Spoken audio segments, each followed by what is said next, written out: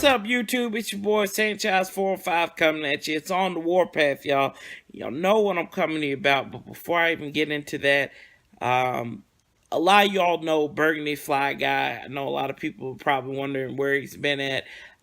He's on YouTube, y'all. He still is. Had some issues with his page, lost all his videos, and had to basically start over from scratch from what he had. And he's got a new page up and everything. He's liking in the subscribers column. I'm putting his information in the description below along with this video. He and we actually sat down a few weeks ago and did a one-on-one for his channel. Had a great time. Great guy. Talked to him in front of the camera and off the camera. So let's get this fellow Skins fan back to where he belongs. One of the great vid makers here, and you know what to do. Just sub him up and you'll be able to get his great content one more time here. But going into the news of the day, y'all, it's been leading up. I've been sitting on talking about what's been going on with our team for a while. But Kirk Cousins, they put the Band-Aid on the situation again. They slapped the franchise tag on him, the exclusive franchise tag. Ooh, big words there. But it still means the same thing. He can't negotiate with other teams, but he can be traded at any time. There's rumors today saying that the only place he want to be traded to is going with Kyle Shanahan and company over to San Francisco. So he'll switch the burgundy and gold for the red and gold if that's the case. But I like the move and I hate the move. And you're probably sitting there wondering why I said it. I like the move because we continue continuity at the quarterback position.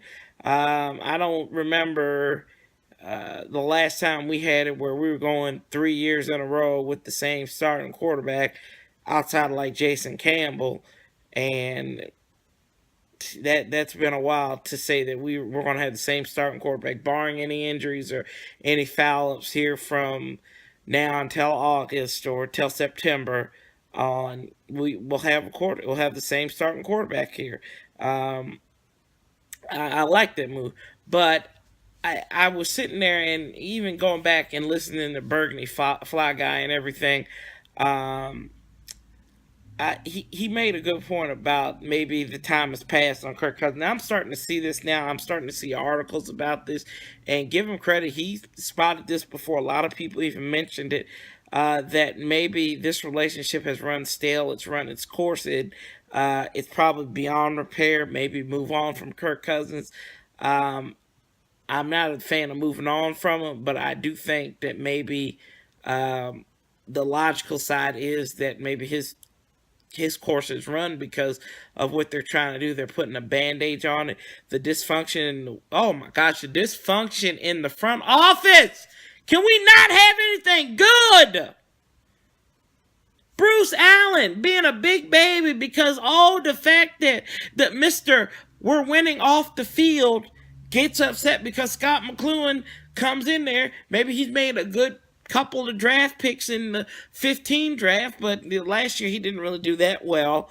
Stuart Cravens was really the only thing that came out of there. Josh Doxson, we'll see how he does. Screwed up injured season.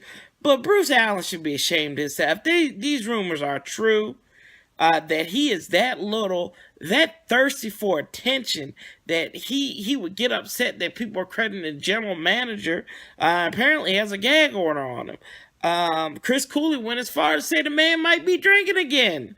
I don't really know, but this drama, it can't have anything. This is why we can't have nice things. This is why nice things don't get attracted to Washington. So you couple the situation with finding a defense coordinator, which was awful. It was just terrible. The fact that you had to go cast the net out and then, we found the dime right here. You put a Band-Aid on this Kirk Cousins situation for another year. Now you got probably infighting in the front office. This is just getting ridiculous. This is beyond ridiculous. I hope these rumors aren't true, but knowing Bruce Allen, knowing his father, knowing his brother, they like their attention. I mean, George Allen's a great coach. George Allen, the brother, was governor of Virginia, senator of Virginia. He likes his attention. Bruce, he wants his attention as well. And I guess a lot of people forget that Jennifer Allen, her sister, writes some books. She gets attention on NFL Network for it. But I mean, whatever the reason may be, this stuff is ridiculous. Chris Cooley should shut his damn mouth. Excuse me, folks, but I mean, Chris Cooley, he just needs to stop with all this stuff. That was one of my first videos last year. Was doing talking about Chris Cooley and how he likes to stir the shit pot, and he's doing it again. He's doing it again. Whether he has an inside track to it or he likes to make up stuff, he likes to make up his alternative facts of the situation. Who knows? But to be honest with you, I'm really disappointed in Chris for even bringing that up. Whether he's drinking or not, that's really none of our business. And that man has went through a lot to get to where he is, to get clean. I will trust the man on his word.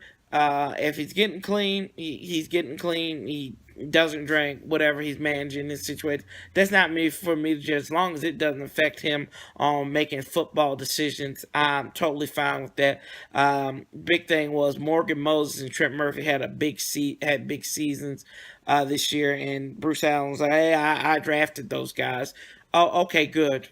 Well, let's give Jay Gruden the credit. Let's get Kirk Cousins those opportunities. Let's give, who else were we saying?